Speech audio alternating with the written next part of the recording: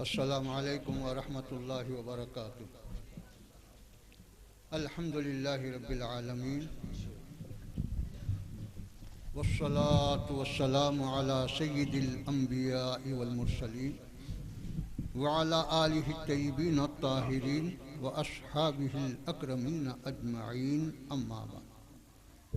بزرگان ملت، برادران عزیز، اللہ سبحانہ و تعالیٰ کا جیسا ارشاد آپ ہمیشہ سنتے ہیں، الا ان اولیاء اللہ لا خوف علیہم ولا هم یحزنون۔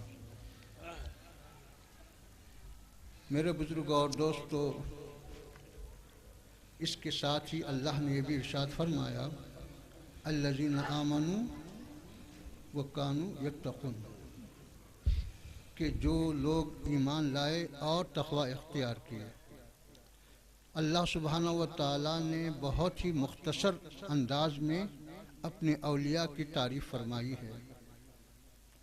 ولی کا لفظ خود بتلا رہا ہے کہ ولی اس ذات کو کہتے ہیں جو قربت رکھنے والا ہو، کیونکہ ولی کے معنی قربت کے بھی ہیں، ولی کے معنی دوست کے بھی ہیں، ولی کے معنی سرپرست کے بھی ہیں۔ تو اس لیے یہ لفظ خود بتلا رہا ہے کہ اس کے اندر قربت ہے، اس کے اندر محبت ہے، اس کے اندر دوستی ہے، اس کے اندر اطاعت ہے، اس کے اندر سرپرستی ہے، اور اس کے اندر تصرف کی صلاحیت ہے۔ کیوں کہ ولی وہی ہوتا ہے جس کو تصرف کا اختیار دیا گیا۔ اگر تصرف نہ ہو تو پھر وہ اس کو نام ولی نہیں رکھا جاتا۔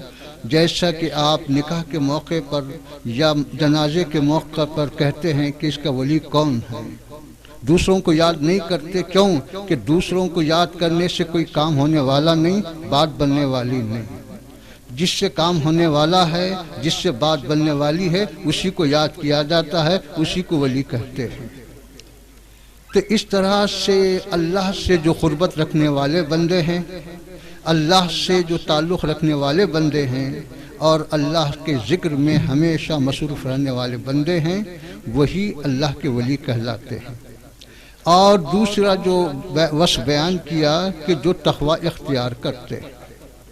میرے بزرگ اور دوستو، تقوی ایک ایسا عنوان ہے کہ جس کے تحت ہزاروں چیزیں شامل ہو جاتی ہیں۔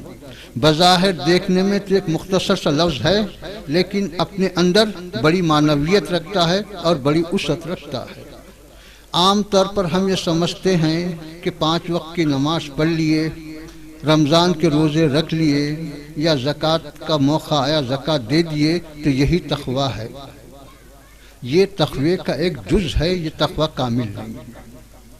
ہم جو ہے ایک جز کو کل سمجھے ہوئے ہیں اور یہ سمجھتے ہیں کہ بس ہم تمام چیزوں سے فارغ ہو گئے ہیں۔ حقیقت یہ نہیں ہے، بلکہ آپ کے منہ میں جانے والا نوالا، اس کا ایک ایک دانہ تقوی کا متقاضی ہے۔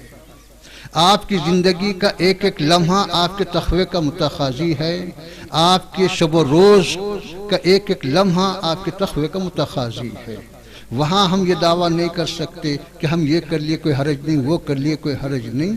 وہاں ہر پہلو، ہر قدم پر آپ کو تقوی اختیار ہی کرنا ہے، اس کے بغیر کوئی زندگی نہیں۔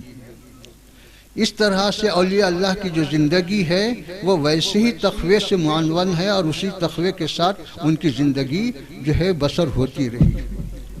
اسی لیے علماء نے بتلایا، اولیاء نے بتلایا کہ اللہ والے جو جیتے ہیں تو اس طرح جیتے ہیں جس طرح کہ مچھلی پانی میں جیتی ہے۔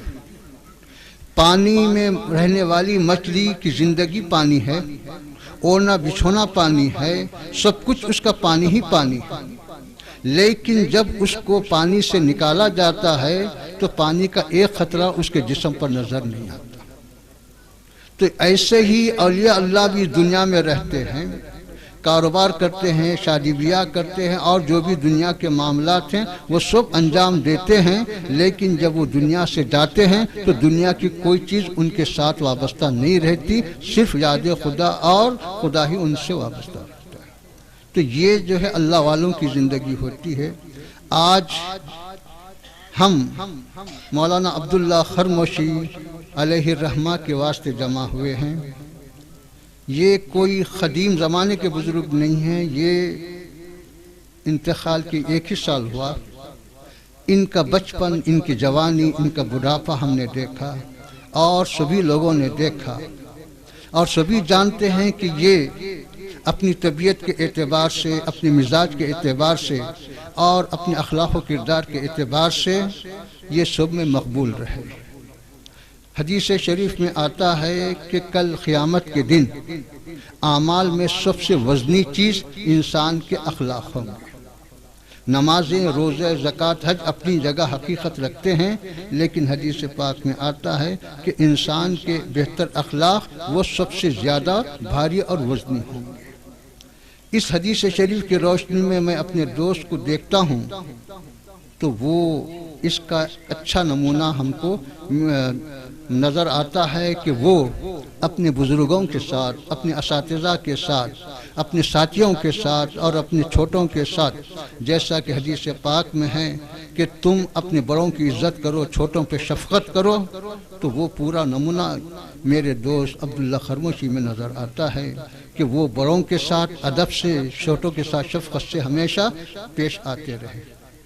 اسی طرح آپ دیکھیں گے کہ ان کی زندگی جو ہے ہمیشہ محنت، جستجو سے وابستہ رہی، معنون رہی۔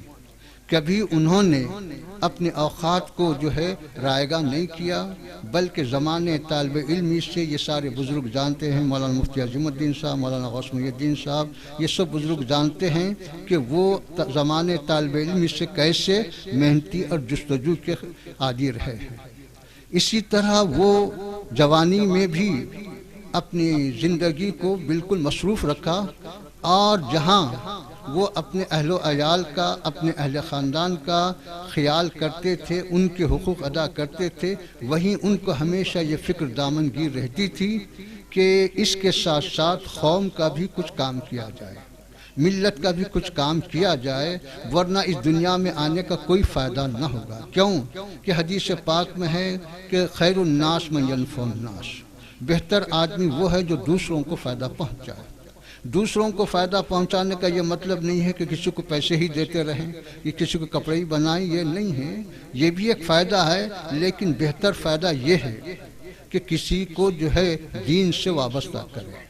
بہتر فائدہ یہ ہے کہ کسی کو صحیح راستہ بتلائیں، بہتر یہ ہے کہ کسی کو علم سے آراستہ کرے، یہ بہتر فائدہ ہے، کیونکہ یہ فائدہ دنیا میں بھی کام آنے والا ہے، آخرت میں بھی کام آنے والا ہے۔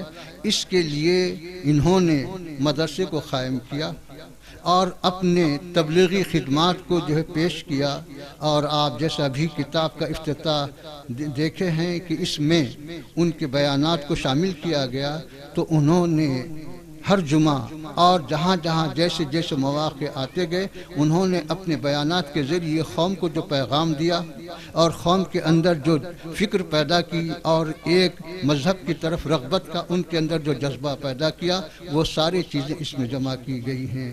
میں اس سے زیادہ کچھ نہیں کہہ سکتا کہ میں یہ نہیں سوچا تھا کہ اتنا جلد جدا ہوگا، لیکن اب اللہ سے دعا ہے کہ اللہ اس کی قبر کو نور سے بھر دے اور ہم سب کو صبر جمیل عطا فرمائے۔ صلی اللہ تعالی علی خیر خلق ونور عرشہ وآلہ الطیبین وصحبہ۔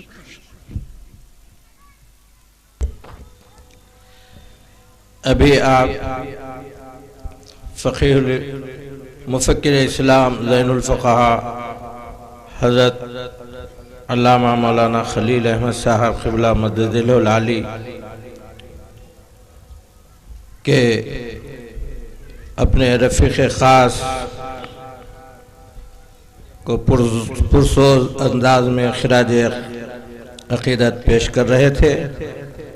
آئیے میں اس کے ساتھ ہی ممتاز عالم دین جامعہ نظامیہ کے شیخ الماخولات حضرت علامہ مولانا سید شاہ عزیز اللہ قادری نقشبندی دامت برکاتہم العالیہ سے التماس کرتا ہوں کہ وہ اپنے ارشادات سے ہمیں مستفیض فرمائیں۔